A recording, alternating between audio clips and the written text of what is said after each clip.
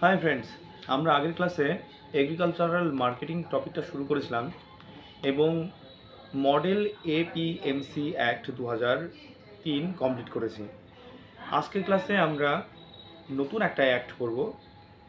APMC অ্যাক্টের যে লিমিটেশনসগুলো ছিল তার বেশ কিছু লিমিটেশনসগুলোকে সলভ করার জন্য এই অ্যাক্ট আসে, যেটা হলো agricultural produce and live stock marketing act 2017, বা আমরা এটাকেও বলতে পারি, এভাবে বলতে পারি দ্য স্টেট বা বাই ইউটি বা union territory agricultural produce and live stock marketing act 2017। এটাও আগেটার মতো প্রমোশন এবং ফ্যাসিলিটেশনের জন্যই করা হয়েছে। প্রথমে আসি আমরা ওই আগের একটা আমরা কি পড়েছি, প্রথমে অবজেক্টিভ পড়েছি, ফিচার্স পড়েছি আর লিমিটেশনস পড়েছি। এই ক্লাসে আমরা কি পড়বো, লিমিটেশনসের মানে কি পরিমাণটাকে কমিয়ে দেবো, মানে নেই বললেই চলে। তারপরে পরবর্তীতে এই 7-8 বছরে যেসব লিমিটেশনসগুলো আসছে সেগুলো তো নতুন যদি কোনো অ্যামেন্ডমেন্ট হয় তখন আমরা এটাকে লিমিটেশনস বলে নিয়ে তখন আমরা নতুন অ্যাক্টে আমরা প্রবেশ করব, ঠিক আছে? তো আপাতত এই ক্লাসে আমরা এই অ্যাক্টের অবজেক্টিভ এবং ফিচার্সই পড়ব। আগেরটাকে আমরা agricultural produce marketing committee act বলেছি বা এপিএমসি অ্যাক্ট বলেছি। তো এই ক্লাসে আমরা বলবো এটাকে এপিএলএম অ্যাক্ট বা agricultural produce and live stock marketing act, ঠিক আছে? আচ্ছা, এবার আসি আমরা প্রথমে অবজেক্টিভ কী। প্রথম কথা হচ্ছে যে ফার্মারের যে মানে ফার্মার এম্পাওয়ারমেন্ট এটা বেশি করার জন্য, বেশি ধ্যান দেওয়ার জন্য এমনভাবে অ্যাক্টটাকে বানানো হয় যাতে কিনা ফার্মাররা অনেক বেশি এগিয়ে যায় এবং ফার্মার ফ্রেন্ডলি হয় বা প্রো ফার্মার হয়, ঠিক আছে? তো এই অ্যাক্টকে বলা হয় ফার্মার ফ্রেন্ডলি অ্যাক্ট। সেকেন্ডলি কি মানে অবজেক্টিভ আছে, এটা ফার্মাররা যেন ফ্রিডম পায়, আরও অনেক বেশি স্বাধীনতা যাতে পায় সেই দিকে নজর রাখা হয়েছে এবং তারা যেন সঙ্গে লাইভ স্টককেও সাথে এই এগ্রিকালচারাল প্রডিউসের সঙ্গে ইনক্লুড করা যায়। লাইভ স্টক প্রডিউসও তো হয়, হ্যাঁ, তো সেটাও যেন এর সাথে ইনক্লুড করা হয় এবং সেটা তার ইনফ্রাস্ট্রাকচারভাবে বা এক্সপোর্ট যেন সেটাও যেন বেশি হয়। আচ্ছা, এবার আসি আমরা প্রথম মানে কি যে ফিচার্স। প্রথম কথা হচ্ছে লিগাল ফ্রেমওয়ার্ক নিয়ে আসা হলো যে পোস্ট হারভেস্টিং এবং মার্কেট ইনফ্রাস্ট্রাকচারের। আমি যখন মার্কেট ইনফ্রাস্ট্রাকচার বানাচ্ছি তখন তার একটা লিগাল ফ্রেমওয়ার্ক থাকবে এবং সঙ্গে পোস্ট হারভেস্টের সময় যেন তার হচ্ছে যে যেসব মানে মানে সেটাও যেন তার একটা লিগাল ফ্রেমওয়ার্ক থাকে এবং এই কন্ট্রাক্ট ফার্মিংয়ের মতো গেল এক নম্বর।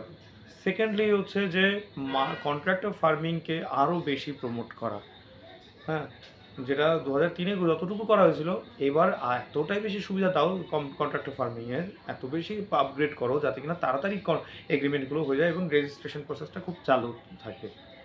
আচ্ছা, তারপর থার্ডলি মানে এখানে বলা হয় whole state as one unified market. তার মানে তুমি একবার কোনো একটা মার্কেটে ধরো তুমি ফিস দিলে তাহলে গোটা ওয়েস্ট বেঙ্গলের মার্কেটের ফিস হয়ে গেল, যদিও এখানে ফিস অনেকটা কমিয়ে দেওয়া এবং কোনো কোনো ক্ষেত্রে যে ফিসকে নীল করে দেওয়া হয়, ঠিক আছে? আচ্ছা, তারপর তারপরে মানে কি যে ফিচার কি যে মিনিমাম সাপোর্ট প্রাইসের নিচে কোনো প্রোডাক্ট যেন বিক্রি না হয়, হ্যাঁ, সেটাও কিন্তু স্পেশাল ফোর্স মানে সেটাকেও এনফোর্স করার চেষ্টা করেছে। তাহলে আমরা একটু রিভিশন করি কী কী পড়লাম আমরা।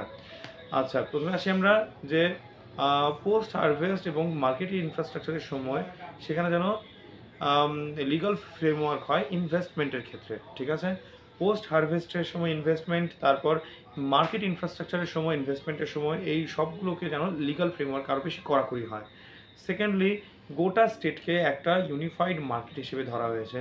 থার্ডলি কন্ট্রাক্ট ফার্মিংকে আরও বেশি হচ্ছে প্রমোট করা, হ্যাঁ, এবং আরও বেশি লিগালাইজ করা এবং তাকে তার লিগাল ফ্রেমওয়ার্ক যেন আরও স্ট্রং করা। ফোর্থলি যে রেজিস্ট্রেশন প্রসেস যেন খুব তাড়াতাড়ি স্পিড করে দেওয়া। ফিফথলি মিনিমাম সাপোর্ট প্রাইসের নিচে যেন কোনো কিছু বিক্রি না হয়, ঠিক আছে?